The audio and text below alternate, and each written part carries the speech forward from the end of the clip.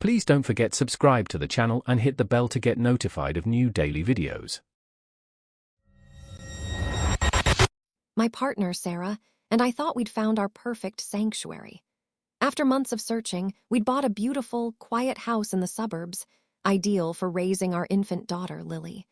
We envisioned serene evenings, backyard barbecues, and the gentle sounds of a sleeping baby. What we got instead was Clarence. Clarence Wallace, our next-door neighbor, was a self-proclaimed entrepreneur with a permanent scowl and a knack for making everyone around him miserable. His partner, Brenda, was largely a nonentity, always deferring to Clarence. From day one, he made it clear he considered the public street parking in front of our house his. But that was just the beginning. Clarence was running a high-stakes online gambling operation out of his heavily fortified garage and home office. Our quiet street soon became a nightly parade of luxury cars and shady characters, often accompanied by loud arguments, shouting, and the constant hum of powerful servers.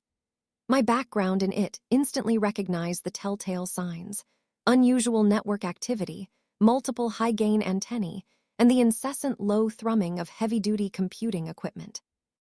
The noise alone was infuriating, but the intimidation was worse. Clarence frequently threatened anyone who questioned him. When my dad came to help us set up Lily's nursery and parked for an hour in Clarence's spot, Clarence was out there in seconds, yelling and pounding on my dad's car. I had to intervene, my blood boiling, but I swallowed my anger for Sarah and Lily. The final straw came when Lily developed a severe respiratory infection. She needed absolute peace and quiet to rest. Instead, Clarence's operation seemed to ramp up. The noise, the traffic, the arguments, it was relentless.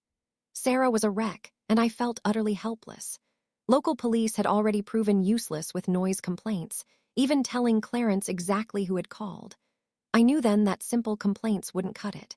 This wasn't just about noise.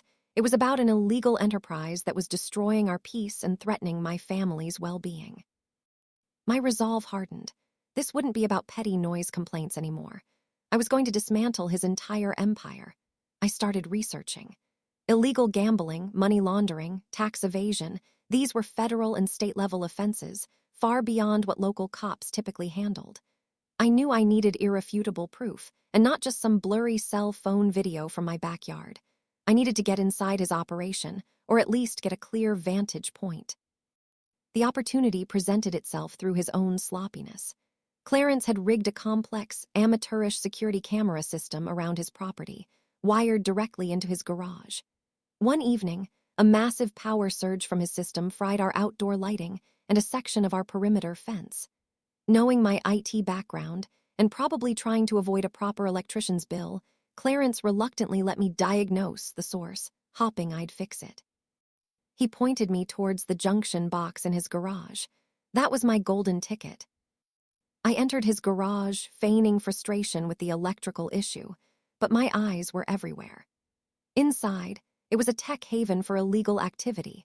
Multiple high-end gaming rigs, custom-built servers humming, large monitors displaying what looked like real-time betting odds and financial transactions, and even a discreet cash-counting machine on a workbench.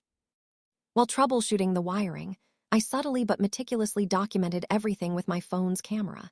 Specific hardware, network configurations, client lists scrolling on screens, and even the unique IDs of some betting accounts.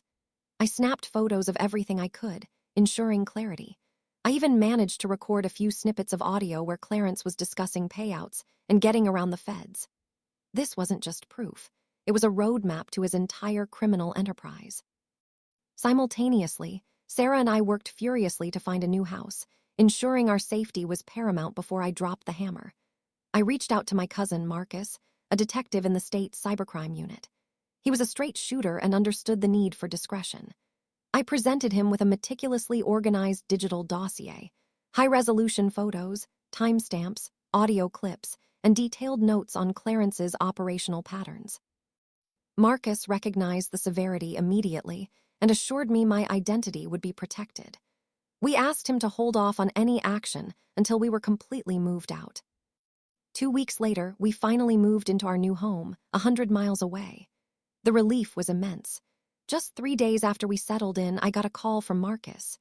He informed me that at 4 a.m., a state tactical unit, accompanied by cybercrime and financial investigators, raided Clarence's house.